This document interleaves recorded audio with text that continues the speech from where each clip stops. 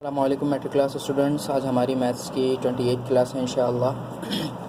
और last class में हमने चैप्टर 2 कंप्लीट कर लिया था। ठीक है, तो आप अभी तक हमारा चैप्टर 1 और चैप्टर 2 कंप्लीट हो चुका है। आज हम इंशाअल्लाह चैप्टर 3 स्टार्ट करेंगे। Logarithm, page number 51, लोगैरिथम्स। ठीक है, लोगैरिथम्स होते क्या हैं ये इंशाअल्लाह आपको चैप्टर के दौरान ही मालूम हो जाएगा। तो आज हम 54 पेज से एक्सरसाइज 3.1 स्टार्ट कर रहे हैं। तो जहाँ पर आपका चैप्टर 2 का लास्ट वर्क हुआ था, उसके बाद आप चैप्टर 3 का टाइटल पेज बनाएंगे कलरफुल सा। ठीक है, चैप्टर नंबर 3 लोगैरिथम। ठीक है, टाइटल पेज बनाने के बाद आप नेक्स्ट पेज पर एक्सरसाइज 3.1 की हेडिंग डालें। आज हमें एक्सरसाइज 3.1 करनी है। क्वेश्चन नंबर 1 क्या है? Right the following numbers in scientific notation. ठीक है, जो क्वेश्चन नंबर 1 to 8 है, ये जो क्वेश्चंस दिए हुए हैं, जो नंबर्स हैं, इन नंबर्स को साइंटिफिक नोटेशन में कन्वर्ट करना है, चेंज करना है। तो सबसे पहले आप ये क्वेश्चन लिख लेंगे।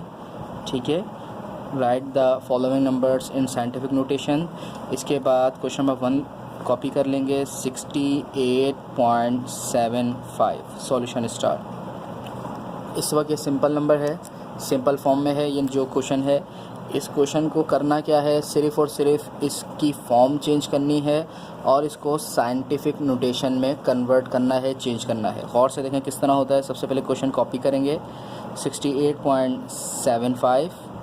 ठीक है, साइंटिफिक नोटेशन में हमेशा पॉइंट फर्स्ट डिजिट के बाद होता है। वापस ऑर्डिनरी फॉर्म में यानी सिंपल फॉर्म में पॉइंट कहीं पर भी हो सकता है। साइंटिफिक नोटेशन में जब चेंज करने का बोलें तो हमेशा पॉइंट फर्स्ट डिजिट के बाद लिखेंगे। यानी ये पॉइंट जंप होके यहाँ पर आ जाएगा, ये पॉइंट जंप होके ये एरो लगेगा, तो ये नंबर क्या बन जाएगा? 6.875। ठीक है, साइंटिफिक नोटेशन में हमेशा पॉइंट फर्स्ट डिजिट के बाद होता है और हमेशा साइंटिफिक नोटेशन में मल्टीप्लाई बाय 10 आपको नज़र आएगा। ठीक है, जहाँ पर भी मल्टीप्लाई बाय 10 नज़र आए तो इसका मतलब है क्वेश्चन नंबर साइंटिफिक नोटेशन में गिवन है। पॉइंट लेफ़्ट पर कितनी दफ़ा जंप हुआ है, कितने डिजिट जंप हुआ है? सिर्फ एक डिजिट जंप हुआ है, तो 10 की पावर 1 आ जाएगी। अगर पॉइंट 2 दफ़ा जंप होता तो 10 की पावर 2 आ जाती। ये आपका आंसर हो गया। सिंपल आपने ऑर्डिनरी फॉर्म को साइंटिफिक नोटेशन में कन्वर्ट कर दिया, चेंज कर दिया। मुझे मालूम है अभी आपको सही समझ नहीं आया, इसके और पार्ट्स करेंगे तो इंशाल्लाह बिल्कुल क्लियर हो जाएगा। नेक्स्ट क्वेश्चन है 5373.458। Solution start. सबसे पहले क्वेश्चन राइट करेंगे 5373.458। इसको किस में चेंज करना है? साइंटिफिक नोटेशन में। साइंटिफिक नोटेशन में चेंज करने का मतलब क्या है? पॉइंट हमेशा फर्स्ट डिजिट के बाद होगा। जंप करें 1 2 3। पॉइंट कितनी दफ़ा जंप हुआ है? 3। तो सिंपल क्या कर देंगे, पॉइंट यहाँ पे आ जाएगा शफल होके 3 7 3 4 5 8। ठीक है, उसके बाद साइंटिफिक नोटेशन में हमेशा मल्टीप्लाई बाय 10 होता है और मल्टीप्लाई बाय 10 की पावर, पॉइंट जितना जंप हुआ है उतनी 10 की पावर आएगी। पॉइंट लेफ़्ट पर जंप हुआ है 1 2 3, तो पॉइंट की 10 की पावर 3 आ जाएगी। ठीक है, अगर 4 टाइम्स जंप होता तो 10 की पावर 4 आ जाती है। अब क्वेश्चन नंबर 3 हम कॉपी करते हैं। क्वेश्चन नंबर 3 क्या गिवन है हमें? 7 5 6 8 3 7। इसको भी हमें साइंटिफिक नोटेशन में कन्वर्ट करना है। 7 5 6 8 3 7, 7 5 6 8 3 7। इसमें तो पॉइंट नज़र ही नहीं आ रहा। तो याद रखें, जब भी किसी नंबर में पॉइंट शो नहीं हो तो राइट पे लास्ट पे होता है, यानी यहाँ पर होता है। जब पॉइंट लगा हुआ ही नहीं है, शो नहीं हो रहा, तो लास्ट में होगा। तो साइंटिफिक नोटेशन में हमेशा पॉइंट कहाँ चाहिए होता है? फर्स्ट डिजिट के बाद। तो जंप करना शुरू करेंगे 1 2 3 4 5। ठीक है, ये एरो लाजमी बनाएंगे, इससे पता चलेगा पॉइंट यहाँ से स्टार्ट होके इस तरफ आया है।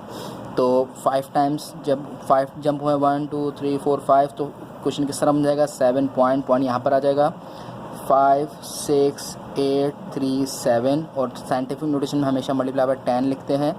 तो 5 टाइम जब हुआ है तो ये 5 आपकी पावर आ जाएगी। ये MCQ लाजमी आता है ये एक नंबर का, ठीक है, कि कहा जाता है नंबर को साइंटिफिक नोटेशन में चेंज करें। नंबर 4 0.053 सॉल्यूशन स्टार्ट 0.053, ठीक है। हमेशा साइंटिफिक नोटेशन में पॉइंट कहाँ पर होता है, फर्स्ट डिजिट के बाद। अब आपको लगेगा कि पॉइंट फर्स्ट डिजिट के पास बाद ऑलरेडी मौजूद है। अब याद रखें फर्स्ट डिजिट हमेशा नेचुरल होना चाहिए, ये होल नंबर है। अगर पॉइंट से पहले होल नंबर है तो वो काउंट नहीं होगा। पॉइंट हमेशा फर्स्ट नेचुरल नंबर के बाद होना चाहिए। तो फर्स्ट नेचुरल नंबर कौन सा है, ये भी नहीं है, ये भी नहीं है, 5। तो यानी पॉइंट फर्स्ट नेचुरल नंबर के बाद होना चाहिए, ठीक है। अभी तक जितने भी क्वेश्चन थे उसमें सबसे पहले नेचुरल नंबर ही था, ठीक है। तो अब यहाँ पे whole number natural number mix आ रहे हैं, तो पॉइंट हमेशा फर्स्ट नेचुरल नंबर के बाद होना चाहिए। तो पॉइंट राइट पर जंप किया है, पॉइंट ने कहाँ जंप किया है, राइट पर। तो शुरू में 0 होते हैं, फिर लिखने की ज़रूरत नहीं है। तो क्वेश्चन किस तरह बन गया, 5.3। क्वेश्चन किस तरह बन गया, 5.3, ठीक है। 10 की पावर कितना जंप हुआ है, 2। लेकिन गौर करें जब पॉइंट राइट पर जंप हो तो पावर नेगेटिव आती है। अभी तक जितने भी क्वेश्चन थे पॉइंट लेफ़्ट पर जंप हुआ है। जब पॉइंट लेफ़्ट पर जंप होगा तो 10 की पावर पॉजिटिव होगी। जब पॉइंट राइट पर जंप होगा तो 10 की पावर नेगेटिव होगी, ठीक है। नेगेटिव वाले और क्वेश्चंस करते हैं।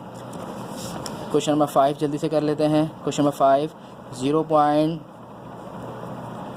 0.000769, ठीक है। सॉल्यूशन स्टार्ट, सॉल्यूशन के बाद क्वेश्चन वापस राइट करेंगे।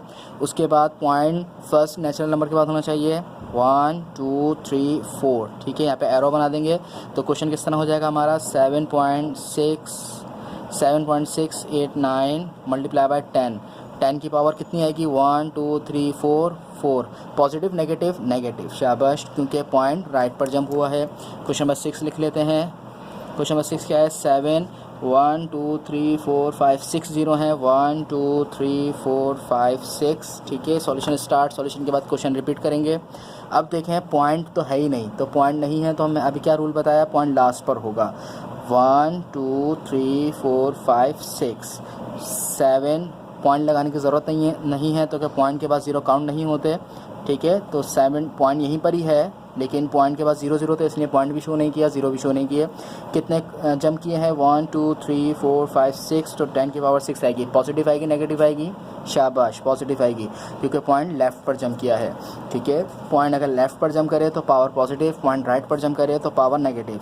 क्वेश्चन नंबर 7 लिख लेते हैं। क्वेश्चन नंबर 7 है 89 1 2 3 4 5 6 1 2 3 4 5 6। पॉइंट लास्ट पर है 1 2 3 4 5 6 7, ठीक है। 88.9 मल्टीप्लाई बाय 10 की पावर पॉजिटिव 7।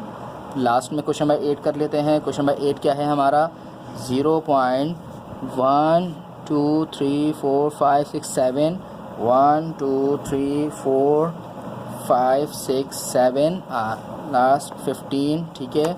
पॉइंट हमेशा फर्स्ट नेचुरल नंबर के बाद होना चाहिए। 1 2 3 4 5 6 7 8 टाइम जब हुआ है तो 1.5, ठीक है, मल्टीप्लाई बाय 10 की पावर 8। आंसर सही है, नहीं सही नहीं है तो क्या पॉइंट राइट पर जंप हुआ है तो नेगेटिव पावर आएगी, ठीक है। तो ये आपका सिंपल एक MCQs बेस्ड क्वेश्चन था, MCQs बेस्ड, ठीक है। क्या था, सिंपल नंबर को अगर साइंटिफिक नोटेशन में कन्वर्ट करना है, चेंज करना है तो 2 स्टेप याद रखने हैं। पॉइंट हमेशा फर्स्ट नेचुरल नंबर के बाद होगा और हमेशा मल्टीप्लाई बाय 10 साइंटिफिक नोटेशन में आपको नज़र आ रहा होगा। और 10 की पावर पॉजिटिव उस वक्त होगी जब पॉइंट लेफ़्ट पर जंप करेगा और नेगेटिव उस वक्त होगी जब पॉइंट राइट पर जंप करेगा। अब ये रूल जहन में रखना है, ठीक है। हमने सिंपल नंबर को, ऑर्डिनरी नंबर को साइंटिफिक नोटेशन में चेंज कर लिया। अब हमें क्या करना है, अब हमें साइंटिफिक नोटेशन में क्वेश्चंस गिवन हैं उन्हें ऑर्डिनरी फॉर्म में चेंज करना है, यानी ये वाला काम बिल्कुल अपोजिट काम करना है। तो अब यहाँ पे क्वेश्चन लिख लेंगे, ठीक है, कंप्लीट क्वेश्चन लिख लेंगे। Right the following numbers in ordinary form. Question number 9 2.576 multiply by 10 की पावर 7, ठीक है। सॉल्यूशन स्टार्ट, सॉल्यूशन के बाद क्वेश्चन रिपीट करेंगे। 2.576 मल्टीप्लाई बाय 10 की पावर 7। इस वक्त यह साइंटिफिक नोटेशन फॉर्म में है। अब हमें क्या काम करना है, साइंटिफिक नोटेशन को ऑर्डिनरी फॉर्म में, सिंपल फॉर्म में कन्वर्ट करना है, यानी जिसमें पॉइंट फर्स्ट नंबर के बाद ना हो और 10 भी ना हो। तो क्या करेंगे, 2.576 लिखेंगे, ठीक है, 10 नहीं लिखेंगे। 10 के ऊपर पावर क्या है, +7, तो पॉइंट को 7 टाइम्स जंप कर देंगे आगे, 1 2 3 4 5 6 7, ठीक है, यहाँ पे एरो बना देंगे। तो जहाँ पर ब्लैंक जगह आई है वहाँ पर हम 0 ऐड कर देंगे, 0 0 0 0। तो ये क्या नंबर बन गया, 2576000, ये आपका आंसर हो गया, ठीक है। 2.576 मल्टीप्लाई बाय 10 की पावर 7 का आंसर क्या आएगा, इस तरह से।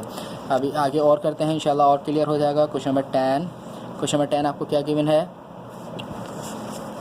7.0056 मल्टीप्लाई बाय 10 की पावर -8। Solution start.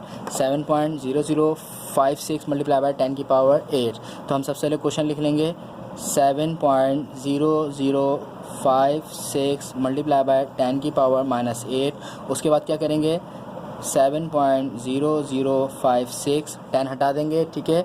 10 की पावर -8 है तो पॉइंट राइट पर नहीं लेफ़्ट पर जंप होगा, 1 2 3 4 5 6 7 8, ठीक है।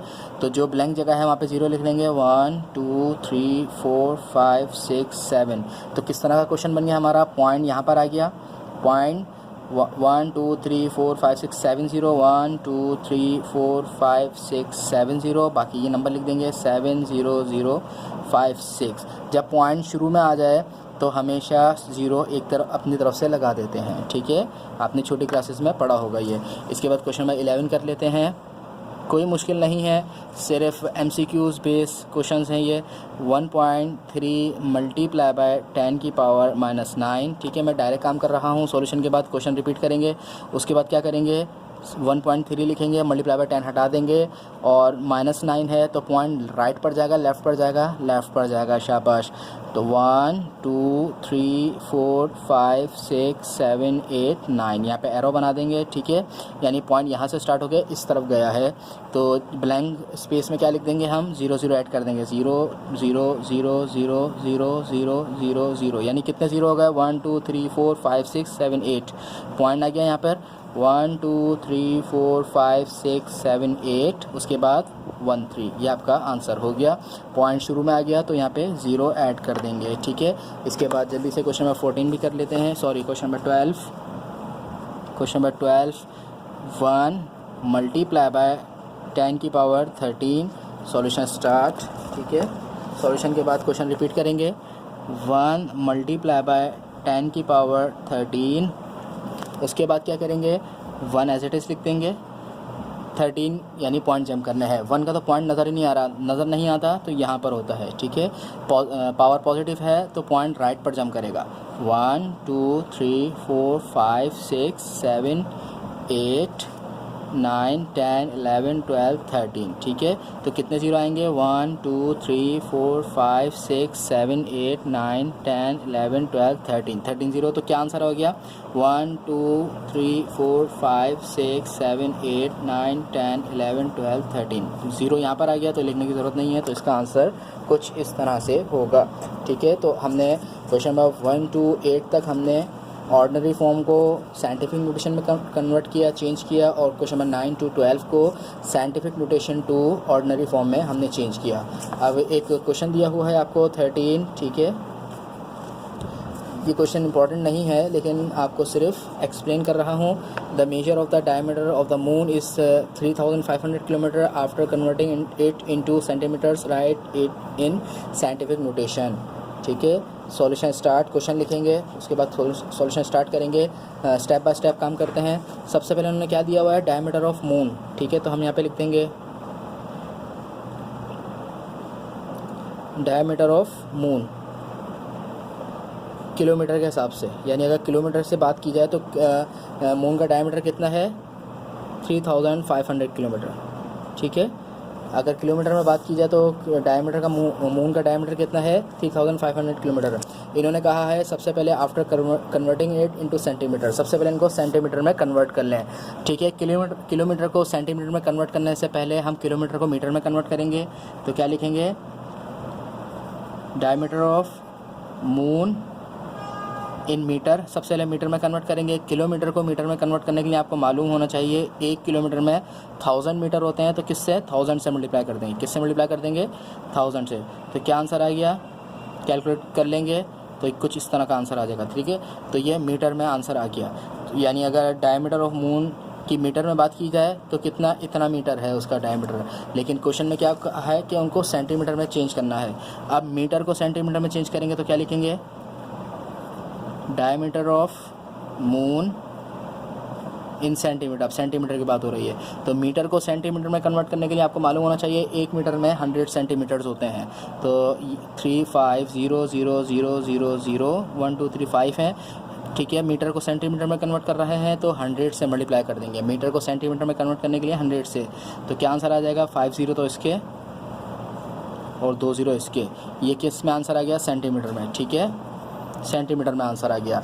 अब इन्होंने कहा है कि मून का डायमीटर इतना था, उसको सेंटीमीटर में कन्वर्ट करें। सेंटीमीटर में कन्वर्ट करने के बाद उसको साइंटिफिक नोटेशन में लिख दें।